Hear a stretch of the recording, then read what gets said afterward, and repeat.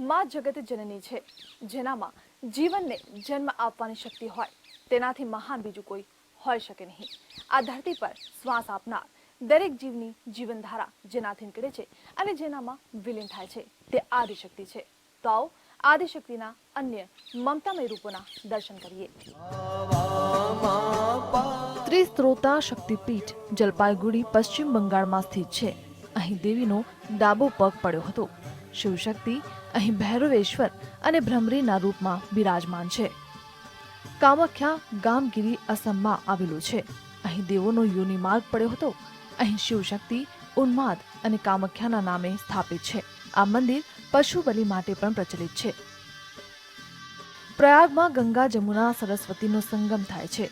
માતાજી અહીં ભવ અને લલિતાના સ્વરૂપે પ્રતિષ્ઠિત છે. માતાજીની આંગળીઓ અહીંયા પડી હતી.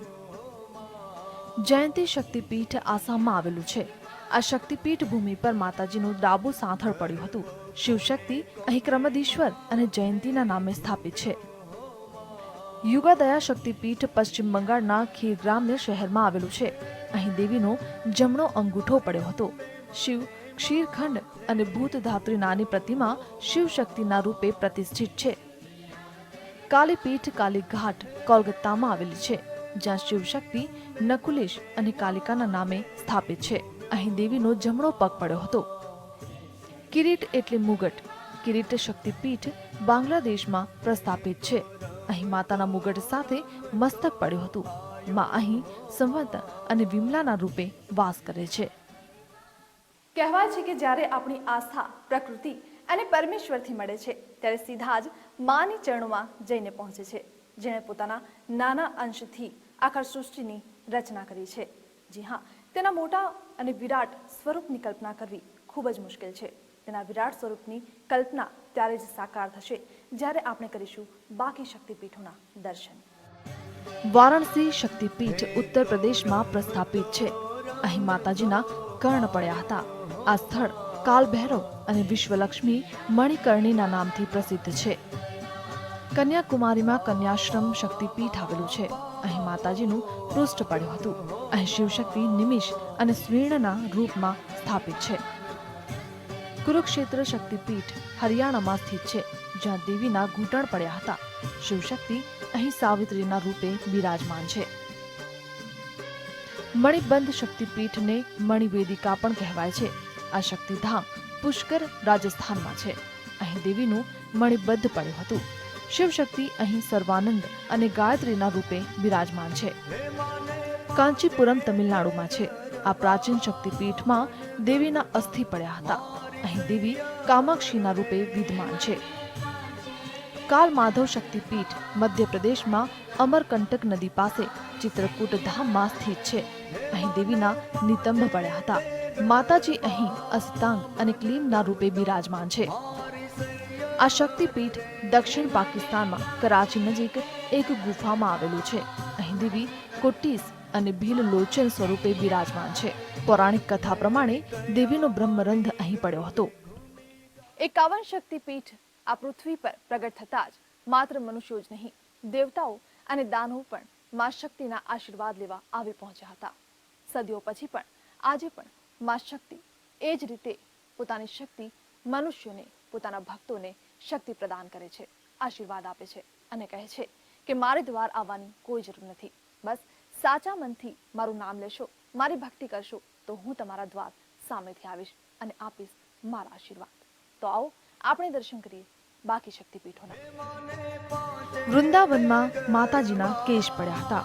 દેવી અહીં માતાજી ભૂતેશ અને ઉમાના સ્વરૂપે બિરાજમાન છે. ચહલ શક્તિપીઠ બાંગ્લાદેશમાં સ્થાપિત છે. અહીં દેવીનો જમણો હાથ પડ્યો હતો. શિવશક્તિ અહીં ચંદ્રશેખર અને ભવાનીના નામે પ્રસિદ્ધ છે. શુચિ શક્તિપીઠ કન્યાકુમારી તમિલનાડુમાં સ્થિત શક્તિ સ્થળ છે, જ્યાં દેવીના ઉપરના દાંત પડ્યા હતા. શિવશક્તિ અહીં સંહાર અને નારાયણના રૂપમાં અવસ્થિત છે. પંચસાગરમાં દેવીના નીચેના દાંત પડ્યા હતા. શિવશક્તિ અહીં મહારુદ્ર અને બરહીના નામે પ્રસિદ્ધ છે. તેનું સ્થાન અજ્ઞાત છે. કરતોયા તટ શક્તિપીઠ બાંગ્લાદેશમાં આવેલું છે. અહીં માતાજીનું તલ્પ એટલે કે બાવડું પડ્યું હતું. અહીં માં વામન ભૈરવ અને અપર્ણાના રૂપમાં પ્રચલિત છે. શ્રી પર્વતમાં લદ્દાખમાં માતાજીનો ડાબો પગ અને તેના તળિયા પડ્યા હતા. અહીં માતાજી સુંદરાનંદ ભૈરવ અને શ્રી સુંદરી નામે બિરાજમાન છે. વિભાસ શક્તિપીઠ પશ્ચિમ બંગાળના મેદનીપુરમાં આવેલું છે. અહીં દેવીનું ડાબું ઘૂંટણ પડ્યું હતું. શિવશક્તિ અહીં સર્વાનંદ અને કપાલી સ્વરૂપે નિદ્યમાન છે. માના 51 શક્તિપીઠો જ્યાં પણ આવેલા છે ત્યાં આસ્થાના સૂર સદીઓથી ઉઠી રહ્યા છે. પુરાણો, ઉપનિષદો અને સ્મૃતિઓની વાણી કહે છે કે 51 શક્તિપીઠોના સ્થાન પર આસ્થાનો ઇતિહાસ ઘણો જૂનો છે. માનસા શક્તિપીઠ તિબ્બતમાં કૈલાસ પર્વત પર આવેલું છે, જ્યાં શિવશક્તિ અમર અને દક્ષાયનીના રૂપે બિરાજમાન છે. અહીં માતાજીનો ડાબો હાથ પડ્યો હતો. ગંડકી મુક્તિનાથ શક્તિપીઠ નેપાળમાં સ્થિત છે. અહીં માતાજીનો લમણાનો ભાગ પડ્યો હતો. શિવશક્તિ અહીં ચક્રપાલી સ્વરૂપે બિરાજમાન છે. ઉત્કલ ઉર્જા ઓરિસ્સામાં આવેલું શક્તિપીઠ છે. અહીં માતાજીનો નાભી પ્રદેશ પડ્યો હતો. તે શિવશક્તિ વિમલા અને જગન્નાથ રૂપે અહીં પૂજાય છે. જાલંધર શક્તિપીઠ જાલંધરમાં આવેલું છે. માતાજી ભીષણ અને જયપુર માલિનીના રૂપે બિરાજમાન છે. અહીં માતાજીના સ્તન પડ્યા હતા. તેથી માતૃત્વના પ્રેમની છલકાતા માના આ સ્વરૂપની પૂજા કરવાનું આવું મહાત્મ્ય રહેલું છે. અહીં આવનાર દરેક ભક્ત માની અભય ગોદમાં આવીને નિર્ભય બની જાય છે. પ્રભાસમાં દેવીનો ઉદરનો ભાગ પડ્યો હતો. આ સ્થળ ગુજરાતમાં વેરાવળથી 4 કિલોમીટર દૂર આવેલું છે. અહીં શિવશક્તિ વક્રતુંડને ચંદ્રભાગાના નામે પ્રસ્થાપિત થયા છે. વિરાટ શક્તિપીઠ રાજસ્થાનમાં આવેલું છે. માતાજીના ચરણની આંગળીઓ અહીંયા પડી હતી. માં અહીં અમૃત અને અંબિકાના નામે બિરાજે છે. રત્નાવલી શક્તિપીઠ ચેન્નઈમાં આવેલું છે. અહીં માતાજીનો ડાબો ખભો પડ્યો હતો. માં અહીં મહોદર અને ઉમા રૂપે પ્રસ્થાપિત છે. આપણે બધા માં ભગવતીના સંતાન છીએ. જે સંતાનને બધું જ આપીને બદલામાં કંઈ ના માંગે તે જ તો માં છે. જી હા, આ માતાના આશીર્વાદ આપણને વગર માંગે મળી જાય છે, જેની મમતા આપણા જીવનની શક્તિ છે. તો આવો શક્તિના બાકી રૂપોના દર્શન કરીએ. રત્નાવલી શક્તિપીઠ ચેન્નઈમાં આવેલું છે. અહીં માતાજીનો ડાબો ખભો પડ્યો હતો. રત્નાવલી રત્નાકર નદી પાસે આવેલું છે. નલહાટી શક્તિપીઠ કોલકાતામાં સ્થિત છે, જ્યાં દેવીની નલા પડી હતી. તેથી આ સ્થળ નલહાટી નામે પ્રચલિત છે. અહીં માતાજીની યોગેશ અને કાલિકાની મૂર્તિ પ્રસ્થાપિત થયેલી છે. વક્રેશ્વરમાં દેવીના મસ્તિષ્કનો ભાગ પડ્યો હતો. દેવી અહીં વક્રનાથ નામે બિરાજમાન છે.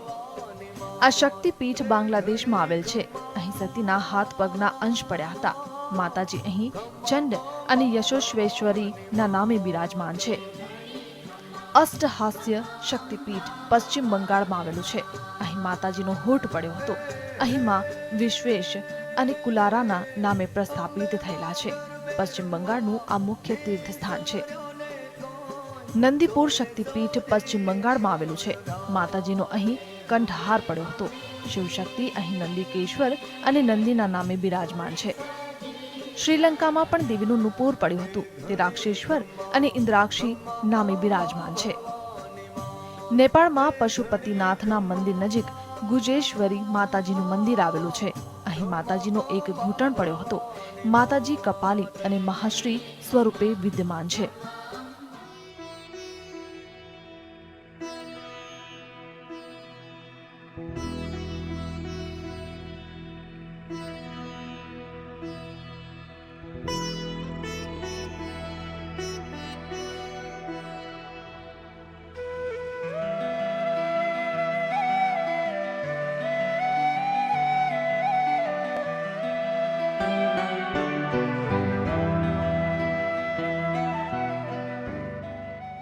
દરેક શક્તિપીઠની માન્યતા નિરાળી છે અને અલગ અલગ છે તેમની કથા.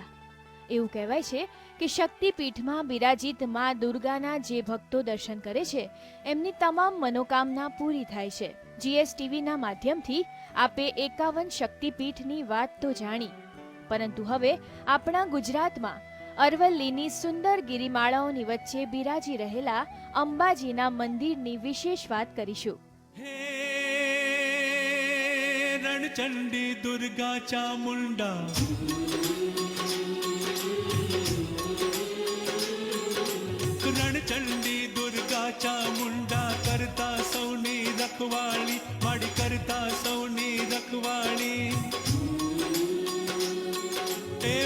महिषासुर मर्दनी अंबिका जय जय माँ गब्बरवाली माँ जय जय आरासुरवाली. ગુજરાતમાં મા અંબાના અઢળક ભક્તો છે અને આસ્થા પણ છે. અહીં કોઈ મૂર્તિ નથી, પરંતુ વિસાયંત્રની પૂજા થાય છે. ગુજરાતના મા અંબાજીના તીર્થધામની દરેક વાત નિરાળી છે. પછી એ માતાજીના ભોગની વાત હોય કે માના દરબારની વાત હોય, બધો અહેસાસ અનોખો છે. અહીં સતીનું હૃદય પડ્યું હતું, અહીં કૃષ્ણનું થયું હતું મુંડન, અહીંથી રામને મળી હતી શક્તિ. જ્યાં દેવીની નહીં પરંતુ યંત્રની થાય છે પૂજા, અને તે છે અંબાજીનું આ પાવન ધામ. તારા ડુંગરેથી ઉતર્યો વાઘ રે, હે મારી અંબાજી માં.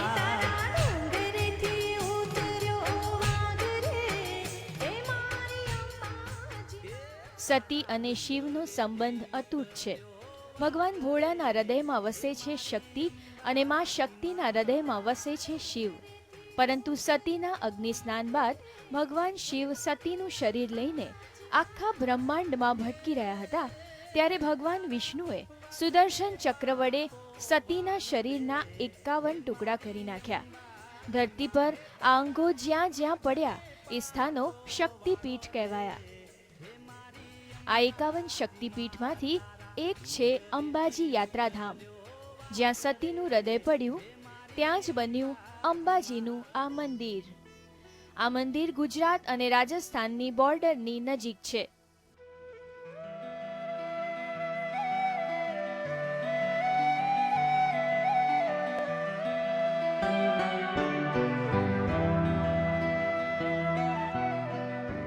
મંદિરમાં ગર્ભગૃહમાં યંત્રની પૂજાનું વિધાન છે.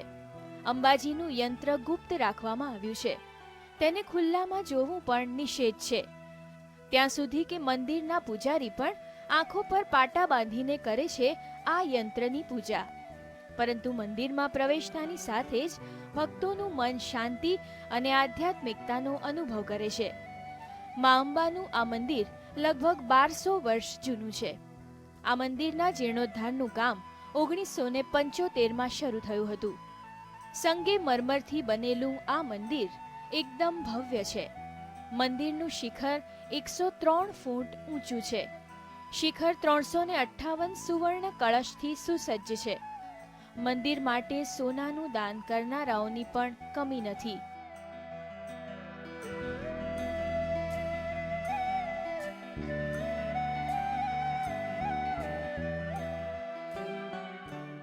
પૌરાણિક માન્યતા એવી છે કે નંદ બાબા અને મા યશોદા કાનુડાનું મુંડન કરાવવા માટે આ જગ્યા પર માતાજી પાસે લઈ આવ્યા હતા. ભગવાન રામ અને લક્ષ્મણ સીતાને શોધતા શોધતા અહીંથી પસાર થયા હતા, અને અહીં જ માતાજીએ રાવણને મારવા માટે શક્તિ બાણ આપ્યું હતું. એટલું જ નહીં, વાલ્મીકી ઋષિએ રામાયણ લખવા માટે અહીંની જ તપોભૂમિ પસંદ કરી હતી. મા અંબા પ્રથમ શક્તિ છે અને તે શિવા તરીકે પણ ઓળખાય છે. નવરાત્રિમાં સપ્તશતીના પાઠથી આખું મંદિર ગુંજી ઉઠે છે. નવરાત્રિના દિવસો દરમિયાન અંબાજીની રોનક અનેરી બની જાય છે. ધજાઓ ચડાવવા વાળાઓની લાઈનો લાગે છે. ભાદરવી પૂર્ણિમાથી ભક્તો માને ધજા ચડાવી આમંત્રણ આપે છે. મા ભક્તોની વાત સાંભળે છે અને કષ્ટ હરે છે. અહીં સદીઓથી પૂજાની એક સરખી પરંપરા નિભાવવામાં આવે છે. મા અંબા માટેનો ભોગ મંદિરમાં જ